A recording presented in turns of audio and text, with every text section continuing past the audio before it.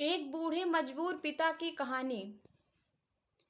एक गांव में एक आदमी रहता था जो बहुत बूढ़ा हो चुका था, जिस वजह से उसे कम दिखाई देता था और बहुत कमजोर हो गया था। इसलिए अपनी बची खुची जिंदगी अपने बेटे के साथ बिता सके, इसलिए शहर में रह रहे उसके बेटे के घर रहने चला गया। बेटा एक शहर में छोटे मकान में रहता था। मकान तो उसका छोटा था, लेकिन उसके अंदर जो चीजें वह महंगी थीं। उस मकान में बेटा, उसकी पत्नी और उसका एक 5 साल का बच्चा या छोटा सा परिवार साथ मिलकर रहता था।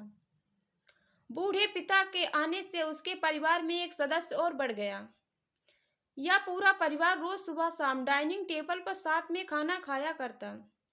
बूढ़ा पिता अपनी कमजोरी के चलते हमेशा खाने की चीजें नीचे गिराता रहता और कई बार कांच के बर्तन भी टूट जाया करते थे।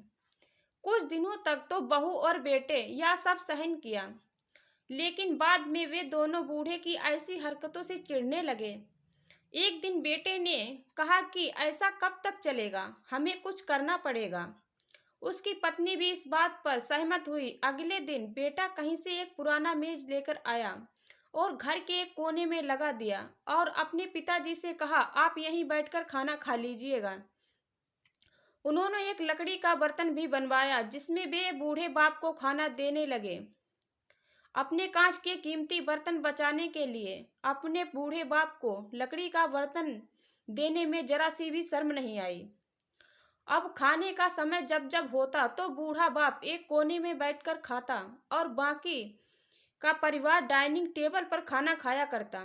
डाइनिंग टेबल पर बैठे बैठे दोनों पति पत्नी कभी कभी अपने बूढ़े बाप की तरफ देख लिया करते। बूढ़े बाप की आंखों में उन्हें आंसू भी नजर नहीं आते, मगर अनपढ़ जैसे कोई असर ही नहीं होता। बूढ़े बाप का पोता यह सब नजारा हमेशा देखता रहा और वह अपने में ही खोया रहता। एक दिन जब पति पत्नी डाइनिंग टेबल पर बैठकर खाना खा रहे थे, तब उनका बच्चा जमीन पर बैठकर कुछ कर रहा था। उन दोनों ने बच्चों के साथ में लकड़ी का एक टुकड़ा हाथ में देखा, लेकिन उन्हें कुछ समझ में नहीं आया कि बच्चा लकड़ी के टुकड़े के साथ क्या कर रहा है। जब बच्चे ने पिता के उसे पूछा कि बेटा आओ खाना खा लो, तुम नीचे बैठकर क्या कर रहे हो, तब बच्चे ने भोलेपन से कहा, अरे मम्मी पापा, आप दोनों के लकड़ी का बर्तन बना रहा हूँ ताकि आप लोगों को जब बूढ़े हो जाओ तो मैं खाना दे सकूं। अपने नादान बेटे द्वारा दी गई यह सहज बात दोनों के दिल में तीर सी उतर गई। दोनों एक दूसरे का चेहरा निहारने लगे। बिना कुछ कहे ही दोनों की आंखों में पानी आ गया और दोनों ही अपने भविष्य की किताब अपने आप को सामने खुली नजर आई। उन्हें समझने में ज़्यादा देर नहीं लगी कि अब उन्हें आगे क्या करना पड़ेगा।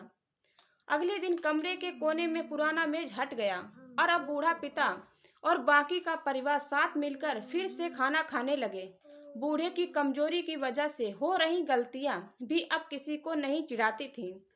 दोस्तों, यह कहानी हमें बताती है, हर वह पत्ता जो हरा आज है वह कल सूखेगा, डाली से नीचे गिरेगा। इसलिए हमें अपने बूढ़े बाड़ों की हमेशा ख्याल रखना चाहिए और हमेशा माता पिता की, बुजुर्गों के साथ ऐसा व्यवहार करना नहीं चाहिए जैसा हम चाहते हैं कि हमारे बूढ़े होने के बाद हमारे बच्चे हमारे साथ करें।